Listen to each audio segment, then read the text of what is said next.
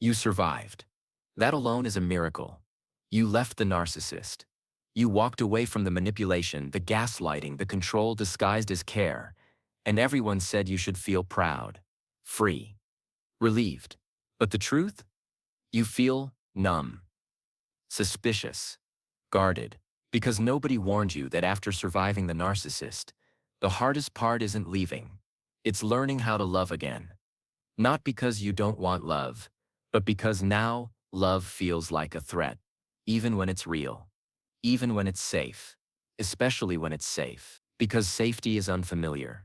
Your nervous system is trained to expect pain, to read smiles as warnings, to hear kindness as manipulation in disguise. You survived too much to trust too easily. And you're not alone. Thomas Erikson describes this as emotional residue, the trauma that lingers not in your memories but in your reactions.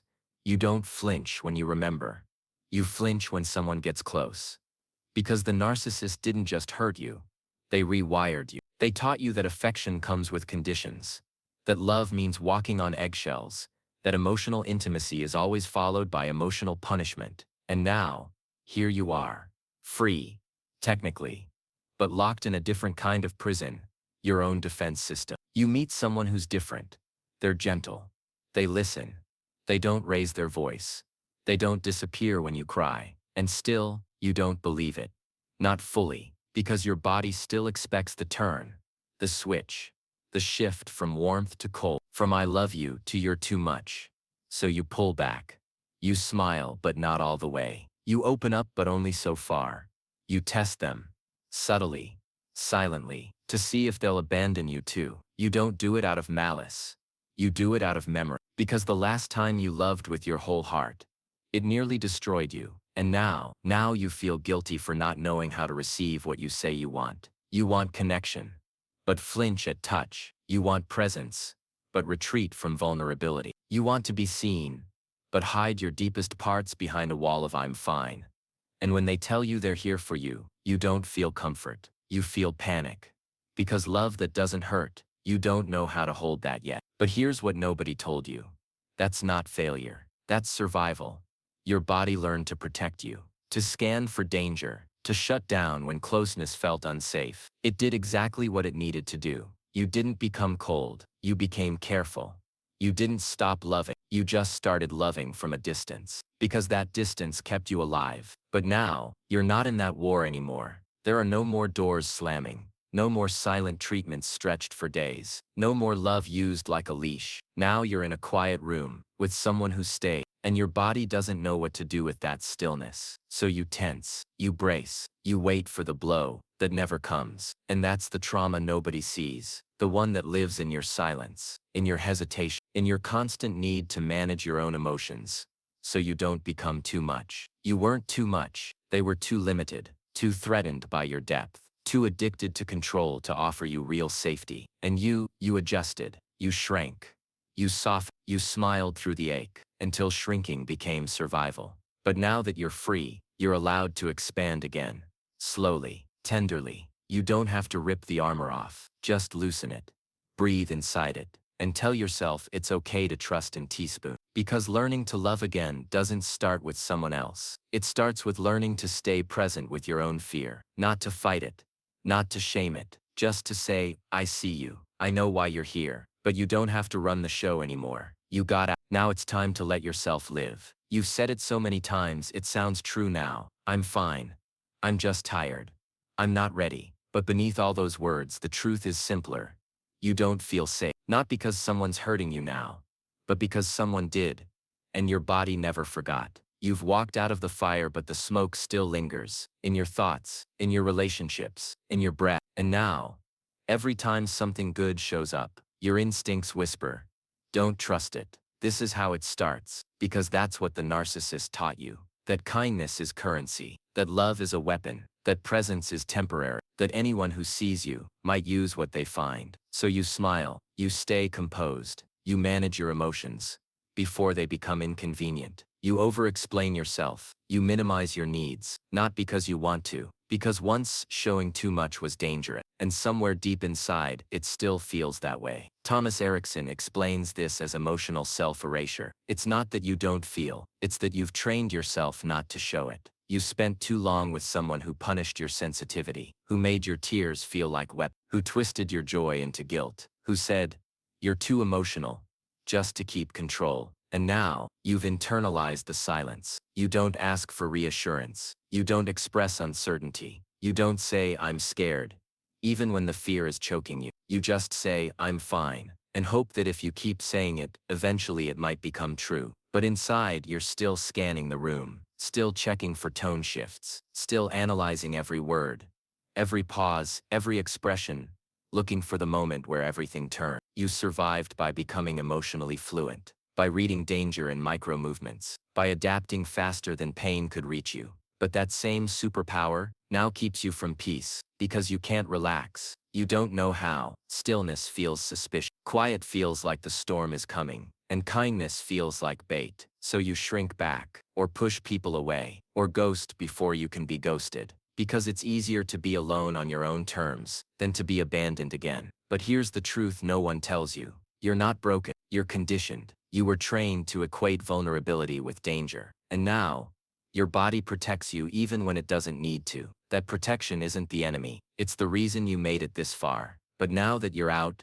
that same protection is starting to feel like a cage. You want to open up. You want to trust. You want to believe in softness. But the moment it gets close, you freeze. And that freeze, it's not weakness. It's wisdom that's stuck on repeat. So what do? You start by noticing the fear without feeding it, noticing the instinct to retreat without judging it, noticing when you say "I'm fine" and asking yourself if that's really true. Because healing doesn't begin with trust. It begins with honesty. You can't love again until you stop lying to yourself to keep others comfortable, until you stop performing wellness and start grieving the part of you that had to go silent to survive. You don't owe anyone your healing, but you owe yourself the truth. And the truth is, you're still learning what safety feels like. And that's okay. Let it be slow. Let it be awkward. Let it be messy. But above all, let it be yours. No one else gets to rush your recovery. No one else gets to define your pace. Because no one else lived what you lived. You got out.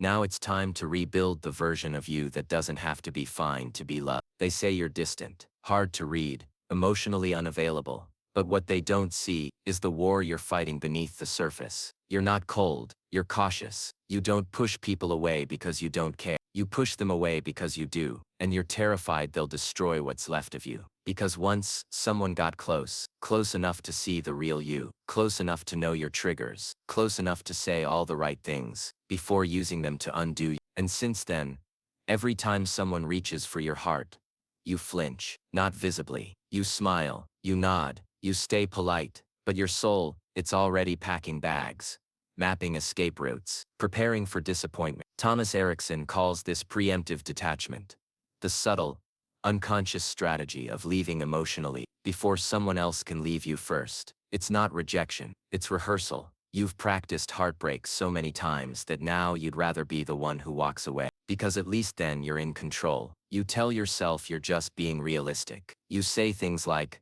"I don't get too attached. I keep my expectations low. I'm just protecting my peace." But deep down, you miss connection. You crave it. You ache for someone who sees you and stays, who doesn't mistake your silence for indifference, who doesn't need you to explain your pain for them to believe it's real. But even when someone like that shows up, you sabotage it. Not intentionally, not maliciously. You just shut down. They get too close. They start asking the real questions. They sit with your sadness instead of trying to fix it. And suddenly, you feel exposed, raw, unready. So you distance yourself. You stop responding right away. You brush off their care. You say you're busy. You tell them you just need space. But it's not space you need. It's reassurance. It's time. It's the freedom to unfold slowly, without pressure or performance. Because you were once asked to give everything. Quickly, blindly, recklessly. And when you did, it was used against you. Now you're not sure what's worse, being alone or being seen and abandoned anyway. So you choose the first, because it feels safer to be lonely by choice than shattered by betrayal. But here's the paradox. The more you protect yourself, the more isolated you become. And the more isolated you feel, the more you believe that you're unlovable. It's a cycle, and it doesn't break by forcing trust. It breaks by offering yourself compassion. You don't need to open up faster. You need to be held in your fear, without being rushed. You need to be reminded that love isn't earned through performance, that vulnerability isn't a trap. It's a risk, yes, but sometimes a risk worth taking. And maybe they won't stay, maybe they'll get tired, maybe they'll leave. But this time, you won't be abandoning yourself in the process. You'll still be whole, because you chose to stay with you. That's what real healing looks like. Not the perfect relationship, not the fairy tale ending, but the moment you stop pushing yourself away every time love tries to reach you. So yes, you push people away, but not because you're incapable of love. You push people away because deep down, you remember what it cost to love without armor. And now you're learning how to wear that armor without losing yourself underneath it. You're not cold, you're learning to trust. And that's a slow, sacred process. You said you wanted love. You said you were ready. You said this time will be different. And then, someone came along.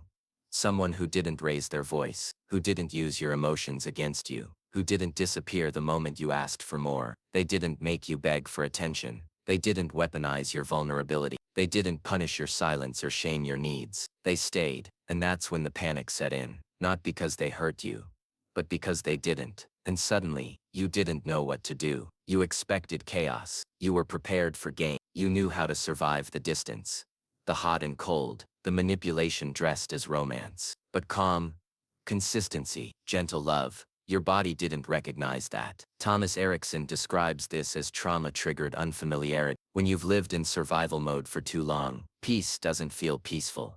It feels suspicious, dangerous, too quiet to trust. So you start scanning for problems. You question their motives. You overanalyze every word. You brace for the betrayal you're convinced is coming. Because your mind may want love, but your nervous system is still at war. And here's the truth. You're not afraid of being hurt. You're afraid of being wrong. Wrong for trusting. Wrong for believing. Wrong for letting your guard down again. Because the last time you did, it almost destroyed you. So now you associate safety with weakness. You think openness is naivete. You believe softness is dangerous. And the person in front of you, they're not the threat. The threat is what they represent.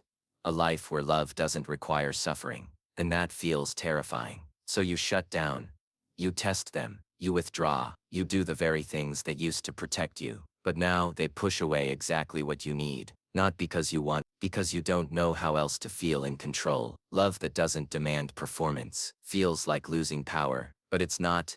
It's the beginning of something new. It's the part where you stop performing and start existing. Where you stop auditioning for affection and start remembering that you are worthy, even when you're scared, hesitant, healing. You don't need to sabotage good love to prove that pain is all you know. You can pause, you can explain, you can say, this feels unfamiliar, and I'm trying to learn how to trust it. And the right person, they won't punish you for that. They'll hold space for your process. Not because they're perfect, but because they understand that healing is not linear. They'll listen without trying to fix you.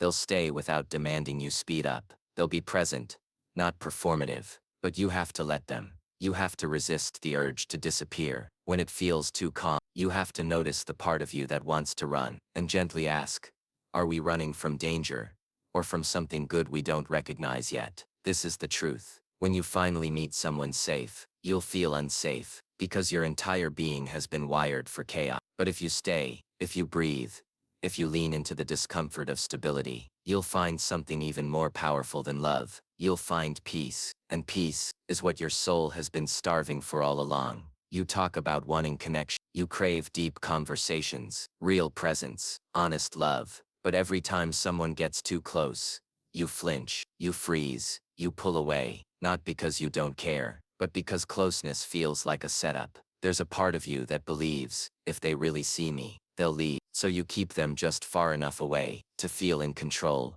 but never close enough to feel truly known. And here's the paradox you live in. You want intimacy, but you only feel safe in distance. Because distance means you can breathe, you can stay alert, you can manage expectations, emotions, outcomes. But intimacy, that requires surrender. And surrender, for someone who's lived through emotional warfare, feels like suicide. Thomas Erikson calls this the emotional push-pull reflex. You want love, but when it arrives, It activates your survival response. You associate affection with entrapment, closeness with suffocation, dependence with danger. So you become an expert at giving just enough to keep the bond alive, but not enough to feel exposed. You open up, and then shut down. You initiate, and then vanish. You say I miss you, and then retreat the moment they say it back. Because even though you want to be held, you don't want to be caught. Even though you want to be seen, you don't want to be dissected. Even though you want to be loved, you don't want to be controlled. So you hold everyone at arm's length. You build connection, but with exits always in sight. And here's what that costs you. You never feel fully abandoned, but you also never feel fully loved. You're always half in, half out. One foot in presence, the other in escape. Longing for depth, but terrified of drowning. You've learned how to survive on emotional crumbs, because a feast feels overwhelming. Too much, too real, too raw, but your soul is starving. Not for attention, for truth. The truth that you don't have to perform to be loved, that you don't have to disappear to be respected, that intimacy isn't a trap. It's a test, not of your worth, but of your willingness to show up, even when you're scared. And yes, you've been burned. Yes, you were punished for your softness. Yes, you were shamed for your needs. But that was then, that was them, that wasn't love. Now you have a choice, to keep rehearsing old scripts, or to write a new one. One where closeness doesn't mean control. One where distance isn't the only way to feel safe. One where you're allowed to need, to ask, to receive, without punishment. But here's the hard part. You have to let people in, before your body believes it's safe. You have to take the risk, to show a little more, to stay a little longer, to speak a little deeper. And no, not everyone will understand. Not everyone deserves that access. But someone will. Someone who won't use your past against you. Someone who doesn't mistake your guardedness for disinterest. Someone who sees your walls, and gently waits outside. And when that happens, you'll realize that distance may have kept you safe, but it also kept you lonely. And you didn't come this far just to survive. You came to live, and living means letting love sit beside you again, even if your heart still trembles, especially if it does. You've heard it too many times. You're too much, you're too intense, you're too complicated. And after a while, you started to believe it. You began to wonder if maybe you are too difficult. Maybe you do expect too much. Maybe love, real steady honest love, just isn't meant for people like you. But here's the truth. You're not hard to love. You're just used to being loved wrong. You're used to love that demands silence. Love that rewards you for shrinking. Love that asks you to be available but not emotional. Present, but not powerful. Soft, but not honest. Love that doesn't see you. It uses you, as an accessory, as a comfort, as a reflection of someone else's ego. And when you stop playing that role, they leave, or punish, or replace you. So you internalize the message. If I want to be loved, I have to disappear. And now, even when someone tries to love you well, you don't trust it. You scan for the fine print. You wait for the shift. You seem there's a cost. Because every time you've been loved before, it came with conditions. It came with manipulation. It came with slow, silent erosion. So you apologize for needing. You minimize your feelings. You try to become smaller, safer, easy. But the more you erase yourself to be loved, the less loved you feel. Because deep down, you know if they only love the version of you that doesn't cry, doesn't question, doesn't challenge, then they don't really love you at all. Thomas Erikson calls this role-based affection, when love is given, not for who you are but for how well you play a part. And it breaks people. Quietly, slowly, relentlessly. You start to lose track of your own truth. You forget what it feels like to speak without trembling, to feel without apologizing, to exist without editing yourself for someone else's comfort. But here's what you need to hear now. You were never too much. They were never enough. You need deep connection. You need emotional honesty. You need presence, not performance. And that doesn't make you dramatic. It makes you honest. You're not needy. You're aware. You're not clingy. You're responsive. You're not unstable. You just feel everything. And that takes strength, not shame. The right person won't be overwhelmed by your depth. They'll meet you in it. They won't ask you to dilute your fire. They'll warm their hands in it. But before they can do that, you have to stop dimming your own light. You have to stop assuming that love must be earned through silence, that you're only lovable when you're easy, that you're only safe when you're smaller. You're not hard to love. You've just been trained to survive on the scraps of affection that felt familiar, not realizing that real love doesn't feel like adrenaline. It feels like breathing, safe, steady, uncomplicated, not because you are simple, but because they don't fear your complexity. So here's your invitation.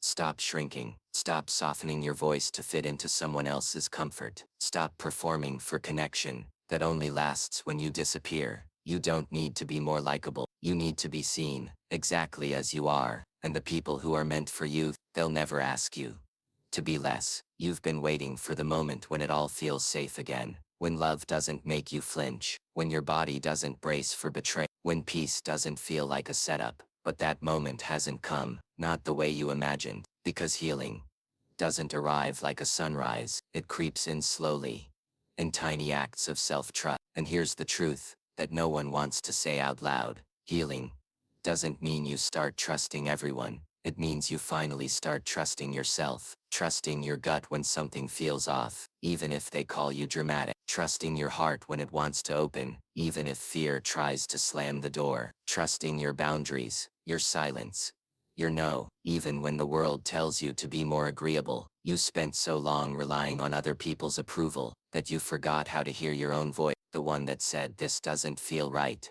the one that said I don't feel safe here, the one that whispered, leave, before you were taught to apologize for your instinct. Thomas Erikson calls this reclaiming internal authority, the moment when you stop outsourcing your worth and begin living from the inside out, not to prove anything, not to win anyone, but because you're finally done abandoning yourself for love that was never love. So now, you don't need them to validate your pain. You've already lived it. You don't need them to agree with your boundaries. You know why they exist. You don't need to explain your triggers, your fears, your hesitation. The ones who truly see you won't require a defense. Healing means walking away, even when your heart still wants to stay. It means standing still in the face of emotional pull and saying I choose me this time. And yes, you'll still feel fear. You'll still question yourself. You'll still get close to someone and wonder when it's going to fall apart. But now, you won't ignore your truth to keep them comfortable. You won't shrink to be digestible. You won't stay silent to be chosen. Because you already chose. You chose to stop living in reaction to old pain. You chose to rebuild. Not for applause, but for peace. And peace is quiet. It doesn't chase. It doesn't beg. It doesn't perform. It simply is. You survived the narcissist. Now you're surviving yourself. The parts of you that learned to run, to shut down, to distrust anything that felt like love. And here's what you've discovered. You don't need someone else to make you feel whole. You just need someone who doesn't punish you for already being complete. That's what healing sounds like. So no, you're not unlovable. You're not broken. You're not too much. You are healing, and healing is messy, sacred, terrifying and powerful. And if someone can't hold your healing, they don't deserve your healed self either. Let them go, because you're not rebuilding to be chosen. You're rebuilding to be free, and freedom now feels better than love ever did. You don't have to trust love to heal. You just have to stop betraying yourself in the name of. If this story reflected even a small part of your truth, share it with someone still learning to feel safe in their own skin. And if you're still healing, that's not weakness, that's wisdom in progress.